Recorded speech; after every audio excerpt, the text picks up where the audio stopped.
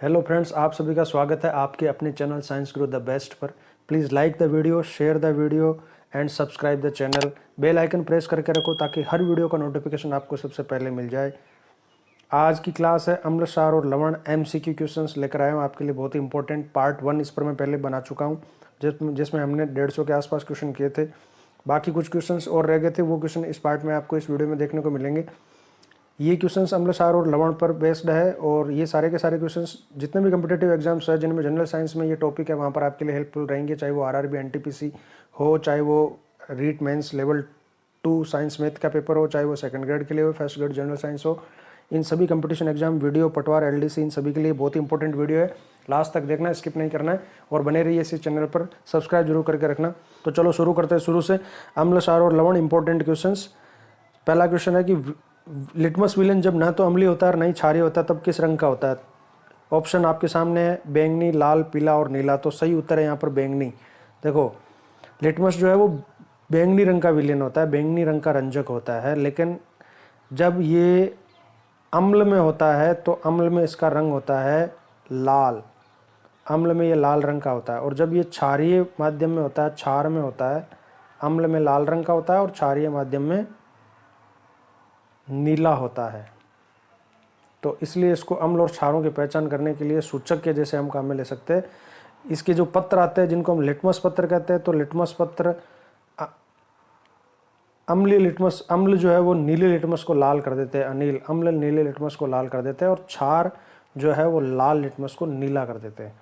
तो इसका एक्सप्लेनेशन पढ़ते हैं। देखो, लिटमस विलेन बैंगनी रंग का रंजक होता है जो थैलोफाइटा समूह के लीचेन पौधे से निकाला जाता है। ये पौधा है थैलोफाइटा ग्रुप का, सबसे सिंपल जो प्लांट होते हैं उसमें लाइकेन या लीकेन जो पौधा उससे निकाला जाता है और इसे सूचक की तरह उपयोग किया जाता है। लिटमस विलेन जब न अम्लीय और न क्षारीय होता है तो ये बैंगनी रंग का होता है। अगला प्रश्न है, सेकंड क्वेश्चन है, अम्ल और क्षारक के संदर्भ में निम्नलिखित कथनों पर विचार कीजिए। स्टेटमेंट दिए हुए, फिर आपको बताना है कि उपयुक्त में से कौन सा या कौन से सत्य है। अम्ल का स्वाद, पहला स्टेटमेंट है, अम्ल का स्वाद कड़वा जबकि क्षारकों का स्वाद खट्टा होता है। अम्ल नीले लिटमस को लाल और क्षारक लाल लिटमस को नीला कर देते हैं। दूसरा स्टेटमेंट है। और तीसरा है, अम्ल और क्षारक दोनों विद्युत के सुचालक है, बताओ कौन सा सत्य है। ऑप्शन ए है कि केवल 1 और 2, ऑप्शन बी में है केवल 2, ऑप्शन सी में है केवल 2 और 3, और ऑप्शन डी में है 1, 2 और 3। पहला देखो, अम्लों का स्वाद कड़वा जबकि क्षारकों का स्वाद खट्टा होता है, ये गलत है स्टेटमेंट। हमें उल्टा लिखा हुआ है, अम्लों का स्वाद खट्टा और क्षारकों का स्वाद कड़वा होता है, तो स्टेटमेंट 1 तो गलत हो गया। स्टेटमेंट 1 गलत हो गया तो ऑप्शन डी और ऑप्शन ए तो होगा नहीं। दूसरा स्टेटमेंट देखते हैं, अम्ल नीले लिटमस को लाल जबकि क्षारक नीले लिटमस को नीला कर देते हैं, ये सही है। मैंने आपको बताया एक ट्रिक कि अनील है, अम्ल नीले को लाल करता है और क्षार करता है लाल को नीला। तो अम्ल नीले को लाल और क्षारक नील, तो ये स्टेटमेंट दूसरा सही है। तो दूसरा सही है, तो इस बेस पर अब बी और सी दोनों में से ही कोई हो सकता है। चलो तीसरा स्टेटमेंट और देखते हैं, अम्ल और क्षारक दोनों विद्युत के सुचालक होते हैं, ये तीसरा स्टेटमेंट है गलत। ठीक है, तो केवल स्टेटमेंट 2 सही है, तो इसका आंसर हो जाएगा बी। तीसरा स्टेटमेंट गलत क्यों है, अम्ल और क्षारक दोनों विद्युत के सुचालक होते हैं, ये गलत है। अम्ल और क्षारक विद्युत के सुचालक नहीं होते, अम्ल और क्षारकों के जलीय विलयन विद्युत के सुचालक होते हैं। अगर ये स्टेटमेंट ऐसे होता कि अम्ल और क्षारक के जलीय विलयन विद्युत के सुचालक होते तो ये सही होता। इसका एक्सप्लेनेशन देखते हैं। देखो, अम्लों का स्वाद खट्टा होता है जबकि क्षारकों का स्वाद कड़वा होता है, अतः कथन 1 गलत हो गया। दूसरा कि अम्ल नीले लिटमस पत्र को लाल कर देते हैं और क्षारक लाल लिटमस को नीला कर देते हैं, लिटमस एक प्राकृतिक सूचक है, अतः दूसरा स्टेटमेंट सही है। अम्ल और क्षारक दोनों विद्युत के कुचालक होते हैं, ये दोनों केवल अपने जलीय विलयन में विद्युत चालकता दर्शाते हैं। ऐसा इसलिए होता है क्योंकि अम्ल और क्षारक दोनों केवल अपने जलीय विलयन में क्रमशः हाइड्रोजन और हाइड्रोक्साइड आयन का निर्माण करते हैं, अतः कथन 3 भी गलत है। अम्ल अपने जलीय विलयन में हाइड्रोजन आयन और क्षार अपने जलीय विलयन में हाइड्रोक्साइड आयन का निर्माण करते हैं। आयन का निर्माण हो गया, आवेश का निर्माण हो गया, आवेश प्रवाह हो जाएगा तो विद्युत धारा प्रवाहित हो जाएगी। तो जलीय विलयन सुचालक होता है, लेकिन खुद अम्ल और क्षारक जो है वो कुचालक होते हैं। अगले प्रश्न की तरफ बढ़ते हैं। तीसरा प्रश्न है यहाँ पर कि निम्नलिखित में से कौन सा तत्व सभी अम्लों में निश्चित रूप से उपस्थित होता है। सभी अम्लों में निश्चित रूप से उपस्थित होने वाला तत्व है हाइड्रोजन, सल्फर, क्लोरीन या सोडियम, कौन सा है। तो सही उत्तर है हाइड्रोजन, क्योंकि हाइड्रोजन सभी अम्लों में कॉमन है, सामान्य है। चाहे कोई सा भी अम्ल हो उसमें हाइड्रोजन जरूर होता है। हाइड्रोक्लोरिक अम्ल है HCl, चाहे सल्फ्यूरिक अम्ल है H2SO4 है, या नाइट्रिक अम्ल HNO3 है, सभी अम्लों में क्या चीज़ कॉमन है, कार्बनिक अम्ल है H2CO3 है, सभी अम्लों में कॉमन क्या है, हाइड्रोजन। तो सभी अम्लों में उपस्थित तत्व कौन सा है, हाइड्रोजन है। एक्सप्लेनेशन देखते हैं। क्या व्याख्या है इसकी कि सभी अम्लों में हाइड्रोजन तत्व निश्चित रूप से उपस्थित होता है, इसी कारण धातु के साथ अभिक्रिया करने पर लगभग सभी अम्ल हाइड्रोजन गैस उत्पन्न करते हैं। जब धातु के साथ अम्लों की अभिक्रिया होती है तो हाइड्रोजन गैस इसीलिए उत्पन्न होती है। जैसे ये एक अम्ल है, इसकी अभिक्रिया हम करवाते हैं सोडियम धातु के साथ, कोई सी भी धातु हो, तो एक लवण बनता है और हाइड्रोजन गैस उत्सर्जित होती है। NaCl यहाँ पर बन जाएगा लवण और हाइड्रोजन गैस का उत्सर्जन होगा। हाइड्रोजन गैस उत्सर्जित हो रही है, इसका मतलब सभी अम्लों में हाइड्रोजन तत्व उपस्थित है, क्योंकि धातु में तो हाइड्रोजन थी नहीं, हाइड्रोजन कहाँ से आई, अम्ल में से ही तो आई। चौथा प्रश्न यहाँ पर देखो, कपड़ों पर लगे हल्दी के दाग पर जब क्षारकीय प्रकृति वाला साबुन रगड़ते हैं तब उस धब्बे का रंग लाल भूरा लाल हो जाता है। ऐसा इसलिए होता है क्योंकि हल्दी का दाग क्षारकीय प्रकृति वाला साबुन रगड़ने पर लाल भूरा हो जाता है। तो ऐसा क्यों होता है? क्योंकि साबुन हल्दी से मिलकर अम्लीय प्रभाव उत्पन्न करता है, साबुन हल्दी से मिलकर उसकी अम्लीय प्रकृति को उदासीन कर देता है। हल्दी एक प्राकृतिक सूचक है या हल्दी की प्रकृति क्षारकीय है? तो इसका सही उत्तर है कि हल्दी एक प्राकृतिक सूचक है जो क्षारीय माध्यम में लाल भूरा रंग देती है, इसलिए वो लाल भूरा हो जाएगा। हल्दी का रंग अम्लीय माध्यम में पीला ही रहेगा, रंग में परिवर्तन नहीं होगा, लेकिन क्षारीय माध्यम में हल्दी का पीला रंग लाल भूरा हो जाएगा। ये है इसका सही उत्तर। तो हल्दी साबुन से मिलकर अम्लीय प्रभाव उत्पन्न करता है, गलत है। साबुन हल्दी से मिलकर उसकी अम्लीय प्रकृति को उदासीन करता है, ये भी गलत है। हल्दी की प्रकृति क्षारकीय होती है, ये भी गलत है। हल्दी एक प्राकृतिक सूचक है, ये सही है और इसे क्षारों की आसानी से पहचान की जा सकती है। व्याख्या है इसकी, देखो, कपड़ों पर लगे हल्दी के दाग पर जब क्षार की प्रकृति वाला साबुन रगड़ते हैं तो उस धब्बे का रंग भूरा लाल हो जाता है। ऐसा इसलिए होता है क्योंकि हल्दी एक प्राकृतिक सूचक है। और भी बहुत सारे प्राकृतिक पदार्थ है, जैसे लाल पत्ता गोभी, हल्दी, हाइड्रेजिया, पिटूनिया, जेरानियम जैसे कई फूलों की रंगून पंखुड़ियां रंग में परिवर्तन के द्वारा किसी विलयन की अम्ल और क्षारक की उपस्थिति को सूचित करते हैं। अम्ल और क्षारक की जांच के लिए संश्लेषित सूचक भी, यानी कुछ जो संश्लेषित सूचक है, ये सारे प्राकृतिक सूचक है, ये संश्लेषित सूचक है। मेथिल, ऑरेंज और फिनोप्थेलिन का उपयोग किया जाता है। मेथिल, ऑरेंज और फिनोप्थेलिन संश्लेषित सूचक है। फिनोप्थेलिन जो है वो अम्ल में रंगहीन होता है, अम्ल में ये रंगहीन रहता है, लेकिन क्षारीय माध्यम में ये गुलाबी रंग देता है। क्षारीय माध्यम में फिनोप्थेलिन कैसा रंग देगा? गुलाबी रंग देगा, ये आपको याद रखना है। और मेथिल ऑरेंज जो है वो लाल रंग देता है अम्लों में, लाल रंग देता है अम्लों में, और क्षारों में इसका रंग होता है पीला। कुछ ऐसे पदार्थ भी होते हैं जिन्हें गंधीय सूचक कहते हैं, जिनकी गंध अम्ल या क्षार के माध्यम में बदल जाती है, उन्हें गंधीय सूचक भी कहते हैं। जैसे प्याज एक गंधीय सूचक है, लौंग एक गंधीय सूचक है, वनीला एक गंधीय सूचक है। अगला प्रश्न 5वां कि मानव उदर पेट के संदर्भ में आमाशय के संदर्भ की बात हो रही है। यहाँ निम्नलिखित कथनों पर विचार कीजिए और सही उत्तर का चुनाव कीजिए। तो कथन क्या क्या है, देखो, मानव उदर सल्फ्यूरिक अम्ल उत्पन्न करता है जो उदर को हानि पहुंचाए बिना भोजन के पाचन में सहायता करता है। दूसरा स्टेटमेंट है कि अपच की स्थिति में, एसिडिटी जब होती है, अम्लता जब होती है, मानव उदर बहुत अधिक मात्रा में अम्ल उत्पन्न करता है जिससे उदर में जलन अनुभव होती है। उपयुक्त में से कौन सा कथन सत्य है? तो देखो, ये सल्फ्यूरिक अम्ल सही नहीं है। यहाँ पर जो अम्ल है मानव के उदर में HCl है, हाइड्रोक्लोरिक अम्ल आमाशय में बनता है, जठर में जो अम्ल बनता है वो, और ये भोजन के पाचन में सहायता करता है उदर को हानि पहुंचाए बिना। ये बात सही है। स्टेटमेंट सेकंड यहाँ पर सही है, क्योंकि अपच की स्थिति में मानव उदर बहुत अधिक मात्रा में हाइड्रोक्लोरिक अम्ल उत्पन्न करता है जिससे जलन अनुभव होती है। तो इसका सही उत्तर है बी, केवल 2, स्टेटमेंट 2 केवल यहाँ पर सही है। इसकी व्याख्या है कि मानव उदर हाइड्रोक्लोरिक अम्ल उत्पन्न करता है जो उदर को हानि पहुंचाए बिना भोजन के पाचन में सहायता करता है। अतः कथन एक गलत है। अपच की स्थिति में मानव उदर बहुत अधिक मात्रा में अम्ल उत्पन्न करता है, हाइड्रोक्लोरिक अम्ल, जिससे उदर में जलन और दर्द का अनुभव होता है। अतः कथन 2 सही है। इस दर्द से मुक्त होने के लिए हमें बाहर से क्या लेना चाहिए? एंटासिड लेना चाहिए।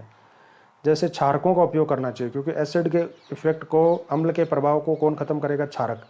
यह एंटासिड अम्ल की अधिक मात्रा को उदासीन करता है। इसके लिए मैग्नीशियम हाइड्रोक्साइड, जिसको मिल्क ऑफ मैग्नीशिया, या हम यहाँ पर बेकिंग सोडा भी काम में ले सकते हैं, NaSO3, ये भी एक दुर्बल क्षार है। ऐसे दुर्बल क्षारकों का उपयोग हमको करना चाहिए।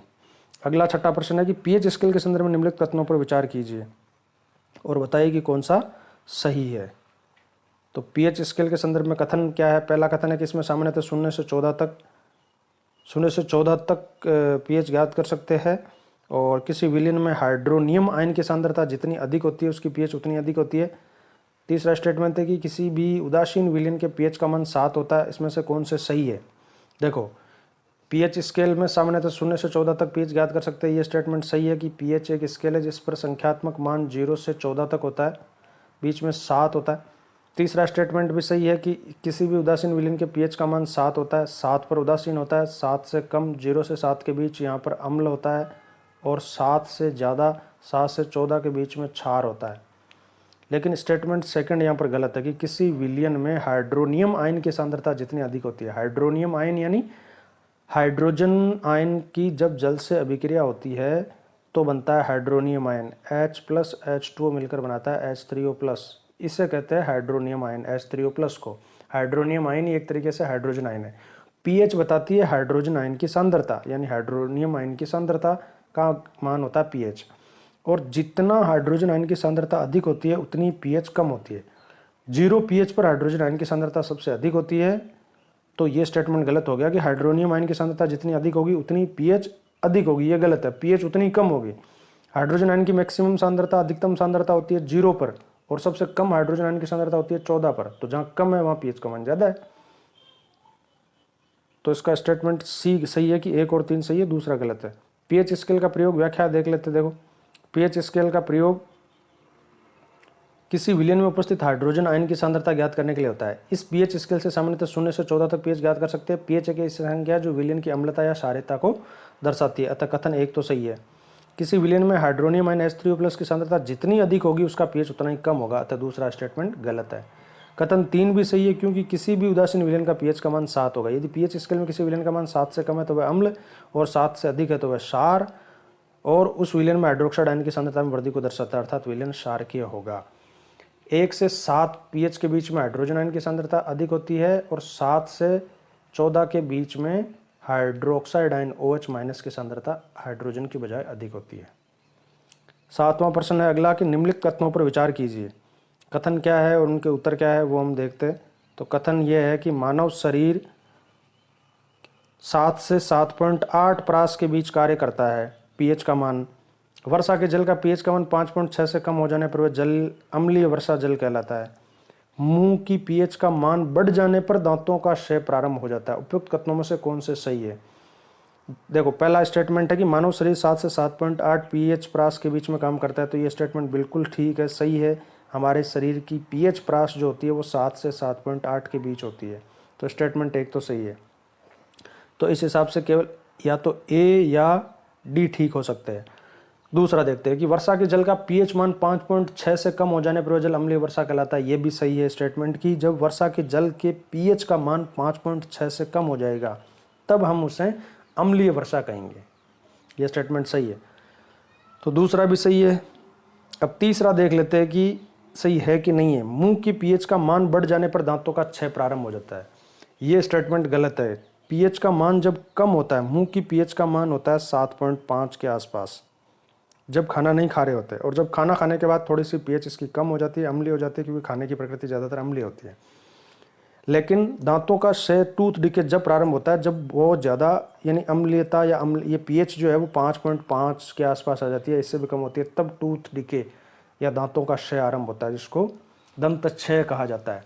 तो ये क्यों होता है? क्योंकि जब अच्छी तरीके से मुंह साफ नहीं होता तो मुंह में कुछ खाने के कण बच जाते हैं कार्बोहाइड्रेट के, और वो कार्बोहाइड्रेट के कणों पर बैक्टीरिया अपनी अभिक्रिया के द्वारा कार्बोहाइड्रेट को अम्लों में बदल देते हैं, यानी अम्ल उत्पन्न करते हैं। बैक्टीरिया जीवाणु जो है बचे हुए खाने से अभिक्रिया करके अम्ल पैदा करते हैं, और वो अम्ल दांतों के क्षय का कारण बनता है, जो दांतों की जो बाहरी परत है एनेमल है उसको नुकसान पहुंचाता है। तो दंत क्षय तब होता है जब मुंह की पीएच कम हो जाती है, 5.5 या इससे भी कम हो जाती है। क्या देख लेते हैं इसकी कि मानव शरीर 7 से 7.8 पीएच के प्रास बीच काम करता है। जीवित प्राणी में केवल संकीर्ण प्रास में जीवित रह सकते हैं, अतः कथन 1 तो सही है।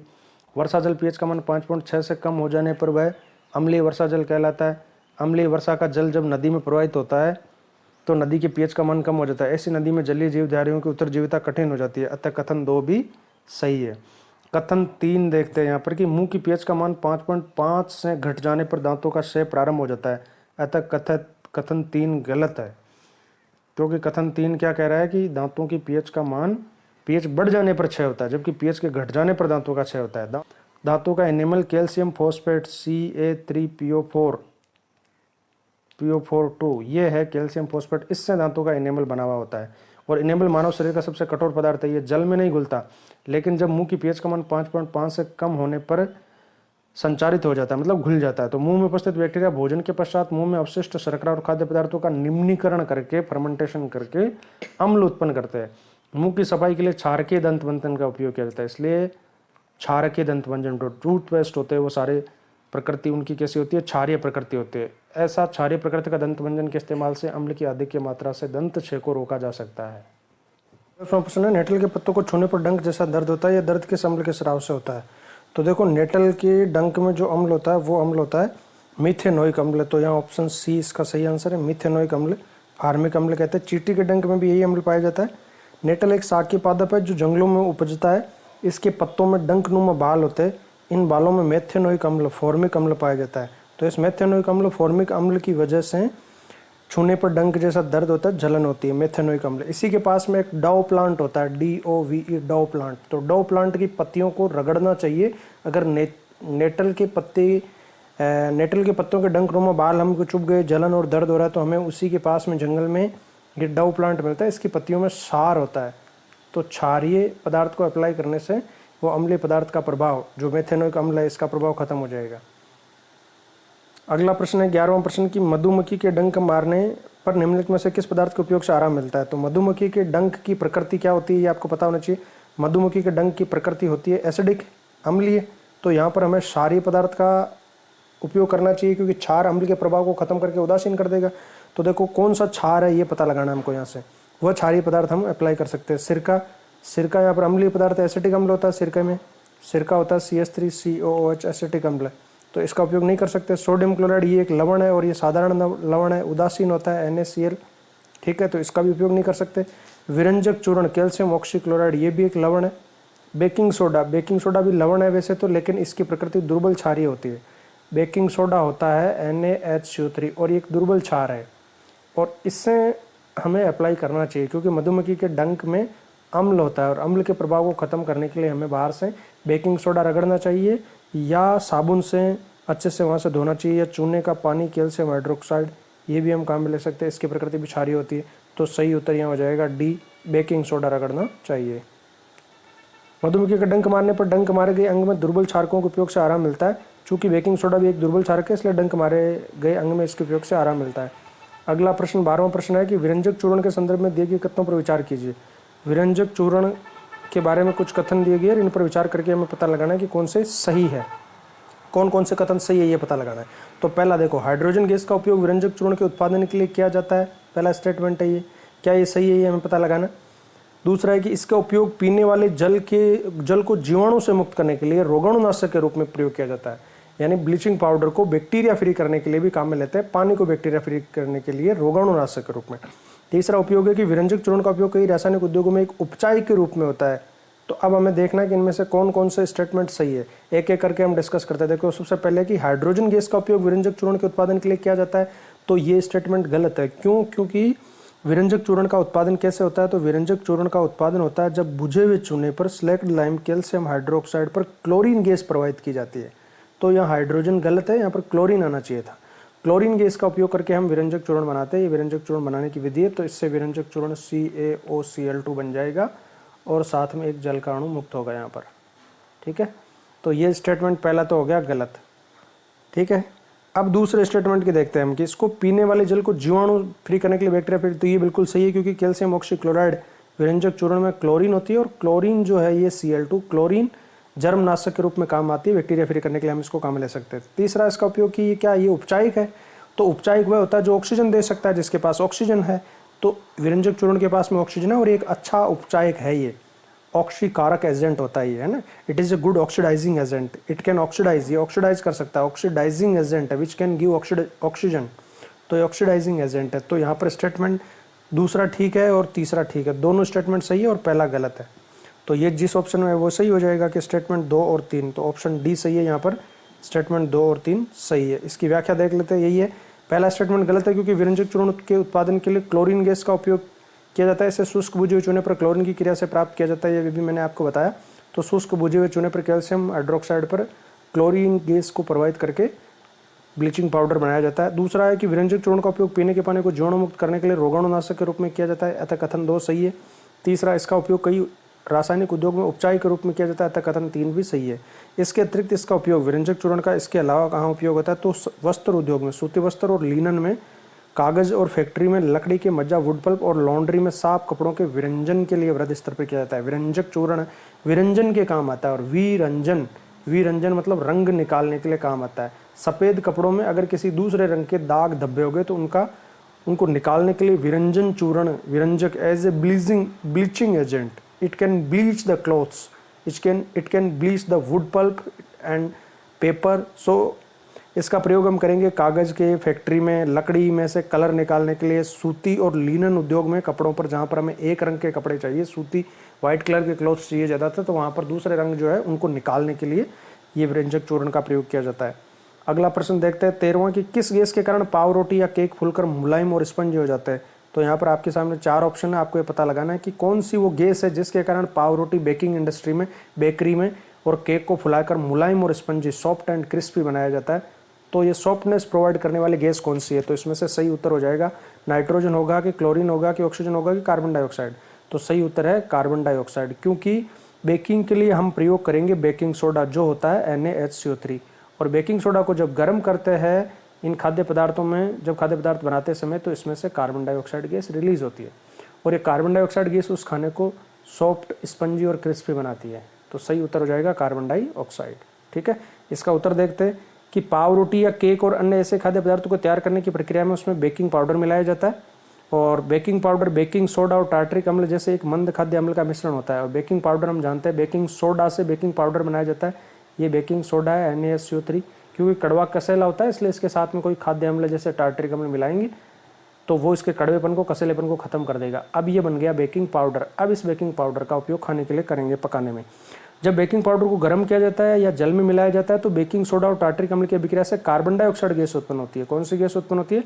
Carbon dioxide. और यही कार्बन डाइऑक्साइड गैस के कारण पाव रोटी या केक फूलकर मुलायम और स्पंजी हो जाता है। अगला प्रश्न 14वां प्रश्न यहाँ पर हम देखते हैं कि निम्नलिखित में से किसका उपयोग सोडा अम्ल अग्निशामक के रूप में किया जाता है। सोडा अम्ल अग्निशामक के रूप में, फायर एक्सटिंग्विशिंग, आग बुझाने के लिए। और कौन सा आग बुझाना है, कौन सा एपरेटस है? सोडा अम्ल अग्निशामक, यानी सोडा होगा जिसमें और अम्ल होगा। तो यहाँ पर सोडा अम्ल अग्निशामक के रूप में कौन प्रयोग किया जाता है? तो देखो सोडा अम्ल अग्निशामक के रूप में जो सोडा है वो है बेकिंग सोडा NaHCO3। और यहाँ पर कोई हम अम्ल ले सकते हैं, सल्फ्यूरिक अम्ल ले सकते हैं या हाइड्रोक्लोरिक अम्ल HCl ले सकते हैं। तो इस प्रक्रिया में क्या होता है कि कार्बन डाइऑक्साइड गैस उत्पन्न होती है और कार्बन डाइऑक्साइड गैस आग बुझाने वाली गैस होती है। यहाँ CO3 है, CO3 से CO2 उत्पन्न हो जाएगी और कार्बन डाइऑक्साइड गैस आग बुझाने वाली गैस होती है। Na और Cl मिलकर NaCl एक नमक बना लेंगे, साधारण नमक NaCl बन जाएगा और इसके साथ में एक CO2 बनेगी और साथ में H और ऑक्सीजन CO2। तो CO3 में से एक ऑक्सीजन बच गई, वो इस हाइड्रोजन के साथ में, ये 2 हाइड्रोजन है, इनके साथ में मिलकर एक जल का अणु बना लेगी। तो जब भी किसी धातु के कार्बोनेट और बाइकार्बोनेट की अभिक्रिया किसी अम्ल के साथ होती है तो लवण, जल और कार्बन डाइऑक्साइड गैस बनता है। तो यहाँ पर बेकिंग पाउडर सही उत्तर हो जाएगा। देखते हैं इसके ऑप्शन क्या है। धावन सोडा, विरंजक चूर्ण, बेकिंग सोडा या सोडियम क्लोराइड। तो सही उत्तर हो जाएगा आपका C, बेकिंग सोडा। व्याख्या देखो इसकी, क्योंकि बेकिंग सोडा को सोडियम हाइड्रोजन कार्बोनेट कहते हैं, NaSCO3 इसका सूत्र होता है। सोडियम बाइकार्बोनेट मीठा सोडा या खाने का सोडा भी इसके नाम है। बेकिंग सोडा भी इसे कहते हैं। ये एंटासिड का भी संघटक है, यानी इसका एक गुण है कि ये एंटासिड के रूप में काम आ जाता है पेट की अम्लता दूर करने के लिए, क्योंकि अम्ल के प्रभाव को खत्म कर सकता है। ये हल्का क्षारीय पदार्थ है, इसलिए बेकिंग सोडा NaSCO3 को एंटासिड के रूप में भी प्रयोग किया जाता है। क्षारीय होने के कारण ये पेट में अम्ल की अधिकता को उदासीन करके राहत पहुंचाता है और इसी का उपयोग सोडा अम्ल अग्निशामक में किया जाता है। सोडा अम्ल अग्निशामक में नीचे ये बेकिंग सोडा भरा रहता है, ऊपर कांच की एक शीशी होती है जिसमें अम्ल भरा रहता है और इसको तोड़ना होता है शीशी को। जब इस शीशी को तोड़ दिया जाता है तो यहाँ से कार्बन डाइऑक्साइड गैस मुक्त होती है जो आग बुझाने के काम में आती है। धावन सोडा के संदर्भ में दिए गए कथनों पर विचार कीजिए। धावन सोडा के संदर्भ में ये कथन दिए गए, इन कथनों का में हमें ये पता लगाना है कि कौन से सही है। ठीक है, आपके सामने ये ऑप्शन दिए हुए। तो पहले देखते हैं क्या प्रश्न क्या है, स्टेटमेंट क्या है यहाँ पर। इसका उपयोग जल की स्थायी कठोरता दूर करने के लिए किया जाता है। धावन सोडा का उपयोग, धावन सोडा मैं आपको बता दूं, धावन सोडा होता है सोडियम कार्बोनेट Na2CO3 10H2O। 10 क्रिस्टलीय जल के अणु इसके पास होते हैं, 10H2O। ठीक है। अगर इसके पास ये जल के क्रिस्टलीय अणु नहीं है और केवल ये Na2CO3 इतना ही है सोडियम कार्बोनेट, तो इसको कहते हैं सोडा एस या anhydrous sodium carbonate. Soda ash या anhydrous sodium carbonate. Anhydrous means without water, बिना पानी के। तो ये इसको नम बनाता है। ये 10 जो क्रिस्टलीय जल के अणु है, ये क्रिस्टलीय जल का मतलब होता है जल के वह अणुओं की संख्या जो किसी एक इकाई सूत्र में उपस्थित है, किसी यौगिक के एक इकाई सूत्र में। जैसे ये यौगिक का सोडियम कार्बोनेट, इसका एक इकाई सूत्र ये है, इसमें जितने जल के अणु उपस्थित है वो इसका क्रिस्टलीय जल है, तो इसका क्रिस्टलीय जल है 10। तो इसका उपयोग स्थायी कठोरता दूर करने के लिए किया जाता है। ये स्टेटमेंट सही है। इसका उपयोग घरों में साफ सफाई के लिए होता है। धावन सोडा जैसा नाम से स्पष्ट हो रहा है, धोने के काम में, सफाई के काम में आता है। इसका उपयोग कांच, साबुन और कागज उद्योग में होता है। कागज उद्योग में भी सफाई के लिए, कांच बनाने में इसका काम आता है और साबुन में इसका प्रयोग किया जाता है। तो तीनों स्टेटमेंट यहाँ पर सही है। तो हमारा सही उत्तर यहाँ पर हो जाएगा कि स्टेटमेंट 1, 2, 3 तीनों सही है। ऑप्शन डी यहाँ पर सही हो जाएगा, क्योंकि धावन सोडा को सोडियम कार्बोनेट के नाम से जाना जाता है और इसका सूत्र जो होता है वो Na2CO3 10H2 होता है। 10H2 या Na2CO3 को आर्द्र बनाता है। ये एक क्षारकीय लवण होता है, हल्का क्षारीय होता है। ये सोडियम क्लोराइड से प्राप्त किया जा सकता है। इसको हम दो तरीके से बना सकते हैं। NaCl सोडियम क्लोराइड से इसको बनाया जा सकता है Na2CO3 को, और सोडियम बाइकार्बोनेट जो बेकिंग सोडा है उसको गर्म करके भी हम Na2CO3 बना सकते हैं। तो इन दोनों से बनाया जा सकता है, सोडियम क्लोराइड से बनाया जा सकता है या फिर बेकिंग सोडा से इसका निर्माण किया जा सकता है।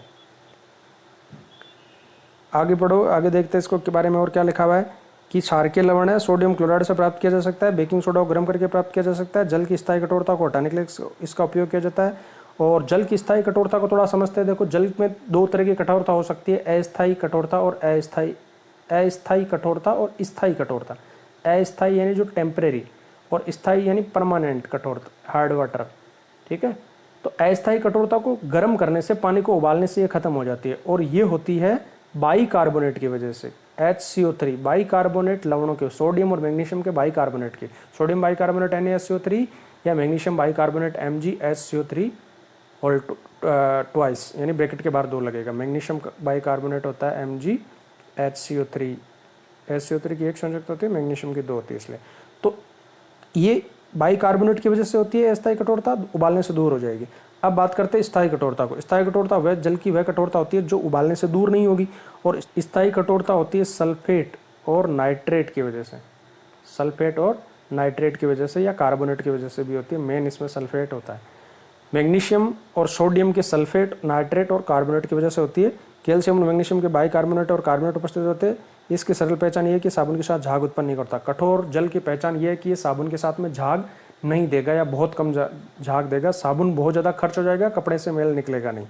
सोडियम कार्बोनेट का उपयोग घरों में साफ सफाई के लिए किया जाता है। इसका उपयोग कांच, साबुन, कागज उद्योग में किया जाता है। इसके अतिरिक्त बोरेक्स जैसे सोडियम के यौगिक बनाने के लिए भी सोडियम कार्बोनेट Na2CO3 का उपयोग किया जाता है। बोरेक्स क्या है, इसके बारे में पिछले वीडियो में मैं आपको डिटेल से बता चुका हूँ। लवण वाला वीडियो जो है उसमें ये बोरेक्स एक सोडियम का महत्वपूर्ण यौगिक है, और इसका उपयोग, बहुत सारे इसके उपयोग है। अपमार्जक के रूप में इसका उपयोग किया जाता है, घरों में सफाई के रूप में ये काम आता है। सुहागा इसको कहते हैं बोरेक्स को, और भी इसके बहुत सारे उपयोग है। कॉस्मेटिक में, प्रसाधन में, मॉइस्चराइजिंग क्रीम वगैरह बनाने में, और बाकी सब उपयोग के लिए आप वो पिछला वीडियो देख सकते हैं, जिसका डिस्क्रिप्शन में लिंक दिया हुआ है आपको। तो वहाँ से डिटेल में सभी लवणों के उपयोग, उनके सूत्र और निर्माण विधि आपको मिल जाएगी, जिन पर बहुत अच्छे क्वेश्चन कंपटीशन एग्जाम में बनते हैं। अगला 16वां प्रश्न यहाँ पर हम देखते हैं कि जिप्सम को कितने केल्विन तापमान पर गर्म करने पर ये जल के अणु त्याग कर प्लास्टर ऑफ पेरिस बन जाता है। देखो, ये जो अभिक्रिया है कैल्शियम सल्फेट यानी कि जिप्सम की, जिसको गर्म करने से हमें प्राप्त होता है POP, CaSO4.2H2O, ये जिप्सम है। और जब इसको गर्म करते हैं तो इसमें से जल के अणु निकल जाते हैं, और ये CaSO4.12H2O बचता है। आधा जल का अणु बचता है, आधा नहीं हो सकता जल का अणु, यानी 2 कैल्शियम सल्फेट के अणुओं के बीच में 1 जल का अणु रहता है। तो CaSO4.12H2O ये POP होता है, प्लास्टर ऑफ पेरिस, और साथ में 1.5 जल के अणु यहाँ से निकल जाते हैं। ये अभिक्रिया होती है 373 केल्विन तापमान पर, 373 केल्विन तापमान पर, 373 केल्विन, 373 केल्विन डिग्री सेल्सियस में 100 डिग्री के बराबर होता है, क्योंकि 273 केल्विन 0 डिग्री के बराबर होता है। 273 बराबर 0 डिग्री सेल्सियस, तो 373 यानी इससे एग्जैक्ट 100 ज़्यादा है, तो 100 डिग्री सेल्सियस हो जाएगा। तो इतने तापमान पर कैल्शियम सल्फेट यानी बाईहाइड्रेट यानी जिप्सम को गर्म करने पर ये कैल्शियम सल्फेट हेमीहाइड्रेट में बदल जाता है, CaSO4.12H2O। CaSO4 dot half H2O, ये है POP।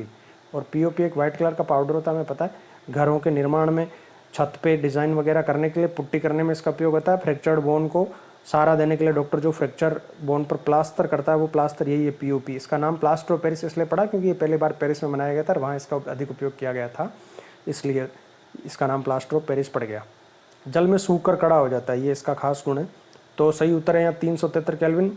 व्याख्या देखो, जिप्सम को 373 पर गर्म करने पर जल के अणु त्याग कर कैल्शियम सल्फेट अर्धहाइड्रेट hemihydrate CaSO4 dot half H2O बना लेता है ये, और इसे ही प्लास्टर ऑफ पेरिस कहा जाता है। इस पदार्थ का उपयोग डॉक्टर टूटी हड्डियों को सही स्थान पर रखने के लिए प्लास्टर ऑफ पेरिस का एक सफेद चूर्ण करते हैं, जो जल में मिलाने पर जिप्सम बनकर ठोस हो जाता है। प्लास्टर ऑफ पेरिस का उपयोग खिलौने बनाने, सजावट का सामान और सतह को चिकना करने के लिए भी इसका उपयोग किया जाता है।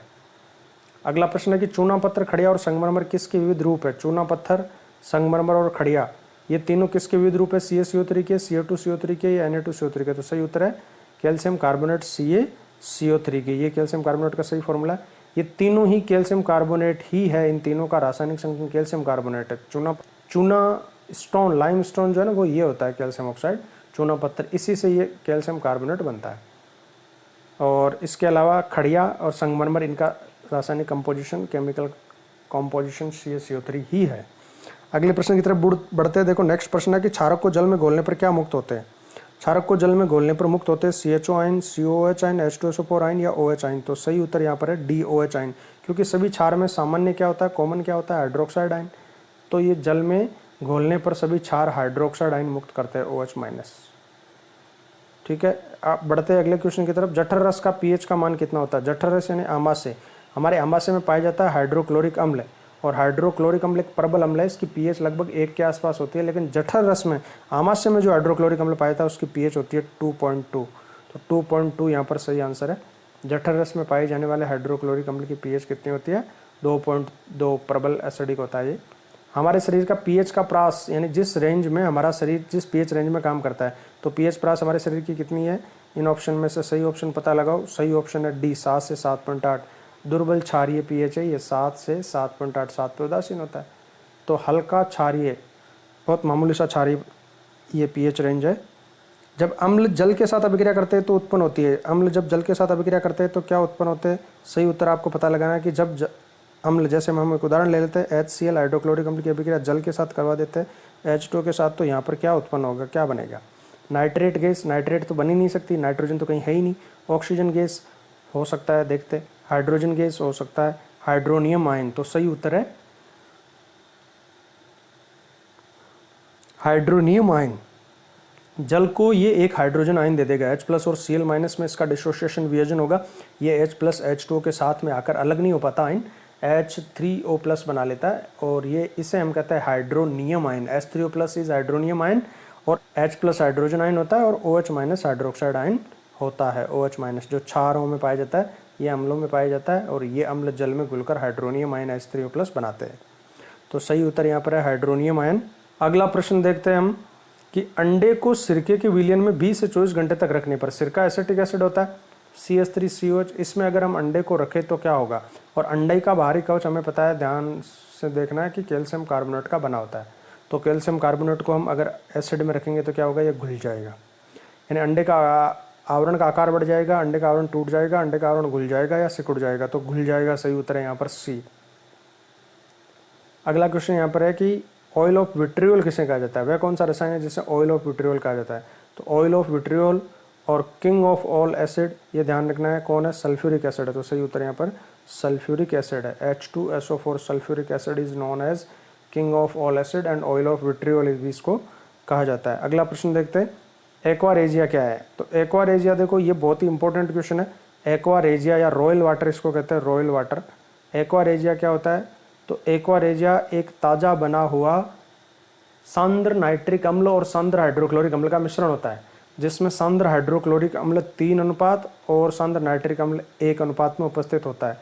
यानी सांद्र हाइड्रोक्लोरिक अम्ल HCl 3 भाग और सांद्र नाइट्रिक अम्ल HNO3 1 भाग का ताज़ा बना हुआ मिश्रण एक्वारेजिया कहलाता है। अब इसकी खास बात क्या है? तो इसमें सभी धातुएं गल जाती है, सभी धातुओं की रासायनिक अभिक्रिया इसके साथ हो जाती है। इवन जो प्लेटिनम और गोल्ड है, जो लेस रिएक्टिव है, लीस्ट रिएक्टिव है, सबसे कम अभिक्रियाशील धातु हैं, जो अकेले न तो चाहे कितना ही आप सांद्र हाइड्रोक्लोरिक अम्ल ले लो, चाहे कितनी सांद्रता का नाइट्रिक अम्ल ले लो, अकेले एक अम्ल के साथ इनमें से किसी के साथ अभिक्रिया नहीं करेगी। लेकिन जब ये दोनों अम्लों का, सांद्र अम्लों का 3:1 में 3 HCl और 1 HNO3 में मिश्रण हो तो इसमें सभी धातुएं घुल जाती है।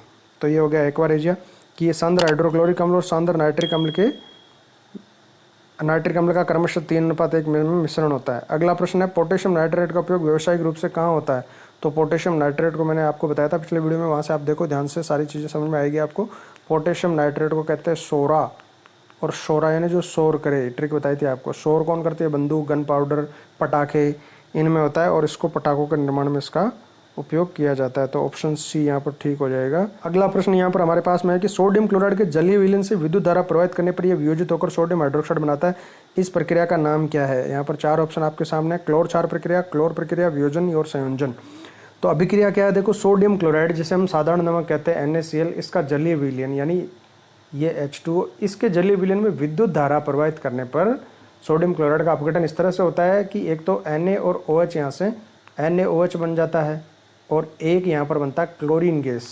क्लोरीन गैस पर नेगेटिव चार्ज होता है, तो ये पॉजिटिव इलेक्ट्रोड, यानी जब इलेक्ट्रोलाइसिस करेंगे तो इसमें से जो पॉजिटिव इलेक्ट्रोड होगा, उस पॉजिटिव इलेक्ट्रोड की तरफ कौन जाएगी? एनोड की तरफ कौन जाएगी? Chlorine gas. तो एनोड पर क्लोरीन गैस इकट्ठी होती है, कैथोड पर सोडियम हाइड्रोक्साइड का निर्माण होता है। इसलिए इस प्रक्रिया का नाम क्लोर क्षार अभिक्रिया है, क्योंकि एक तो क्लोरीन बन रही है और एक क्षार NaOH बन रहा है, इसलिए इस प्रक्रिया को क्लोर क्षार प्रक्रिया या क्लोर क्षार अभिक्रिया कहते हैं। अगला प्रश्न है कि किस विलयन का उपयोग दीवारों की सफेदी करने के लिए किया जाता है? तो दीवारों को सफेद करने के लिए, दीवारों की सफेदी के लिए किसका प्रयोग किया जाएगा? CaSO3 CaOH2 NaOH या NaSO3। तो सही उत्तर है कैल्शियम हाइड्रोक्साइड CaOH। ये कैल्शियम ऑक्साइड चूना पत्थर होता है, इसकी प्रक्रिया पानी के साथ में करवाने पर CaOH2 बनता है, और ये CaOH2 जो है चूने का पानी कहलाता है, और इसका उपयोग दीवारों की सफेदी करने के लिए किया जाता है। तो यहाँ पर सही उत्तर क्या हो जाएगा? Calcium hydroxide B, CaOH2। दांतों का क्षय कब प्रारंभ हो जाता है? अगला प्रश्न है। तो दांतों का क्षय किस pH पर प्रारंभ हो जाता है? जब मुंह का pH 5.5 से अधिक हो, जब मुंह का pH 5.5 से कम हो, जब मुंह का pH 7 हो, या इनमें से कोई नहीं। देखो 7 पे उदासीन होता है। और दांतों का क्षय, दंत क्षय या टूथ डिके जो होता है वो अम्लों की वजह से होता है। अम्ल उत्पन्न होते हैं, कुछ बैक्टीरिया, अगर मुंह को अच्छे से साफ नहीं किया खाना खाने के बाद, तो बचे हुए खाद्य पदार्थ के जो अंश है उनको मुंह में पाए जाने वाले बैक्टीरिया अम्ल में परिवर्तित कर देंगे, निम्नीकरण हो जाएगा उनका, और इस वजह से, उस अम्ल की वजह से दंत क्षय, टूथ डिके या दांतों का सड़ना प्रारंभ हो जाएगा। तो उसके इफेक्ट को खत्म करने के लिए हमें बाहर से मंजन, जो टूथपेस्ट, जो दंत मंजन जो हम काम में लेते हैं, वो क्षारीय प्रकृति के काम में लिए जाते हैं। और ये दंत क्षय कब प्रारंभ होता है? जब pH 5.5 से कम हो जाएगी। जनरली हमारे मुंह की pH जो होती है वो 7.5 होती है खाना खाने से पहले, और खाना खाने के बाद खाने की प्रकृति के अनुसार अम्लीय या क्षारीय शिफ्ट हो सकती है, लेकिन इतनी नीचे नहीं आती 5.5 के आसपास। और 5.5 से अगर नीचे आ रही है तो फिर दंत क्षय, टूथ डिके होने लगता है। तो ये था part 2 MCQ, acid, basis and salt, अम्ल, क्षार और लवण के MCQ क्वेश्चंस थे। 150 के आसपास क्वेश्चन पहले वीडियो में थे, और लगभग 50 के आसपास यहाँ क्वेश्चन थे। 200 क्वेश्चन आपको करवा दिए, मोस्ट इंपॉर्टेंट क्वेश्चंस जो सभी एग्जाम्स में अभी तक पूछे गए, आगे भी जिनके पूछने के बहुत ज़्यादा चांसेस है। तो इसी तरह से मिलते हैं नेक्स्ट वीडियो में, जिसमें आपको एक अगला टॉपिक आपके सिलेबस के अकॉर्डिंग मैं लेके आ रहा हूँ। और तब तक बने रहिए इस चैनल पर, subscribe it and share with your friends. Comment करके बताना वीडियो कैसा लगा। तो मिलते हैं नेक्स्ट वीडियो में। जय हिंद।